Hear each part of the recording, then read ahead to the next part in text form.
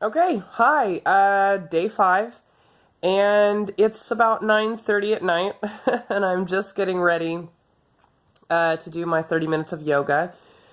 I went back to work today. It was my first day back to teaching, and it was a really good day. My classes are awesome, the kids are incredible, and it was really fun. It was a long day.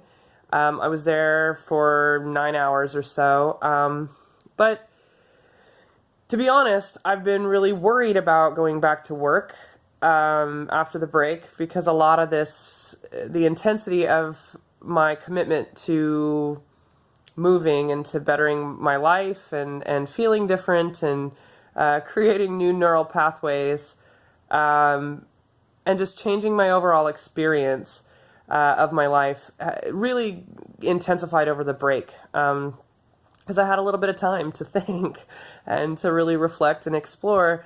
And I've been a little bit worried about going back because and I think I mentioned this before, I really enjoy living in service to other people in a position where I feel like the things that I enjoy and the gifts that I have are put to good use and appreciated. And I like teaching. I really do.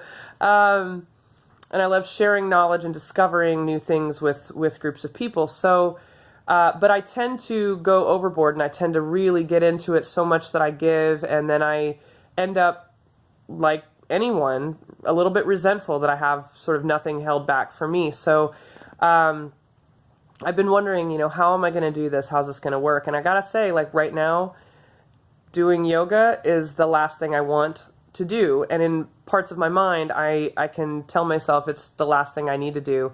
It's a half an hour yoga session, and then I get to do some of my prep for tomorrow, and I've got like 6 classes straight. So it's a big day tomorrow, but it's really all good.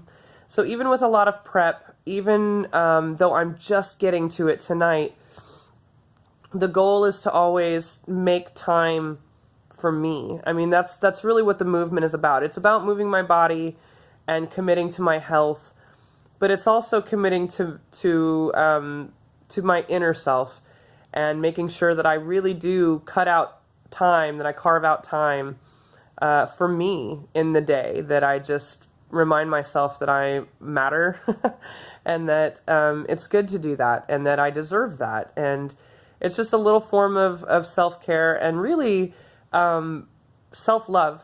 It's loving myself for, 30 minutes. I get an opportunity to just melt everything away, regardless of what I have to do, regardless of any of that, because I found that my work goes faster. I don't procrastinate as much. I am much less reluctant to, send that hard email that I don't really want to send to maybe a colleague or a parent or a family member or whatever it is. When I have taken time for myself, there's a lot more clarity in the way that I think and certainly in the way that I feel. So it actually, I've been more productive by taking more time for myself, and it's the strangest thing. It's really surprising to me that my friend Sarah calls it speeding up by slowing down. That when you stop doing all the things to avoid yourself and to avoid your needs and maybe to avoid all those hard emotions that you don't want to feel, or maybe some things in your past or things you don't want to deal with, when you really allow yourself to feel them as hard as they might be and you begin to deal with them, then you begin to slow this down, your brain down a little bit, and it actually has, like I said, it sped up my productivity. It makes me say, okay, now's the time where I do yoga, give that to myself. Okay, now's the time where I do my prep work. Okay, now's the time where I send my emails. And I'm just not like, oh, I've got to send one more email. Like, why isn't there enough time for me? Which I found myself thinking and doing. And so I'm really finding that maxim of self-care and taking care of yourself first, or at least at some point in the day. If you can't do it first, then do it at some point, means that I'm better able to take care of everything else and everyone else, and I'm actually completely shocked by it, but I'm happily shocked by it.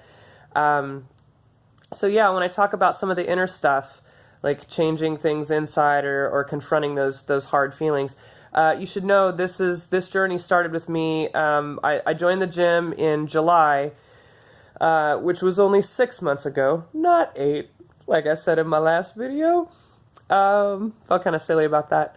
But it started for me a year ago when I realized that I needed some help, and I got a therapist. And this isn't super easy for me to admit. I know there's still a stigma around therapy and mental illness and all kinds of things, problems that we have. And but I have diagnosed PTSD, anxiety, and depression, and I spent so much time sort of hiding it and fighting against the idea even of having it, I guess, if that makes sense. Like, no, I'm fine. And I just kept pushing a lot of things down and not wanting to deal with them. And then when I really got some help and started to deal with them, and she's a really good therapist too, so she asks me the hard questions that I have to really stop and think about in terms of what I want my life to be and who I want to be and how to be my most authentic self. So she's been amazing, and it's really helped, and it kind of set me on this path to then just asking myself in a moment, what do I need? What do I need right now? Which then led me to, okay, I need more movement. Okay, I'll join a gym. Okay, I'll try this movement challenge. Okay, I'll keep it going. So I'm just kind of learning to listen to sort of what's inside here in my heart, and not let my brain take over quite as much. And it's really pretty great. So I'm grateful. Today has just been really awesome, even though there have been all kinds of moments of things that are a lot to handle. My daughter had a big meltdown right before bedtime, and I've got to get her down, and I know that I'm going to do yoga, and I've got to get my work done, but the beautiful side effect of moving my body every day is that I have so much more energy. I really do. I don't get tired as easily. I've got so much more stamina. So I'm grateful for that. I still really have to get a good night's sleep. But I'm doing that because I'm exercising. Because I exercise, I get a good night's sleep. Because I get a good night's sleep, I'm able to stay up and exercise if I need to, or get up earlier. So this is me. This is a little bit longer of a video, but yeah, I guess that's just kind of what I wanted and needed to do. So I'm going to head into my 30-minute yoga workout, and thank you for watching. Like and share and subscribe if you're interested. We'll see you next time. Okay, bye.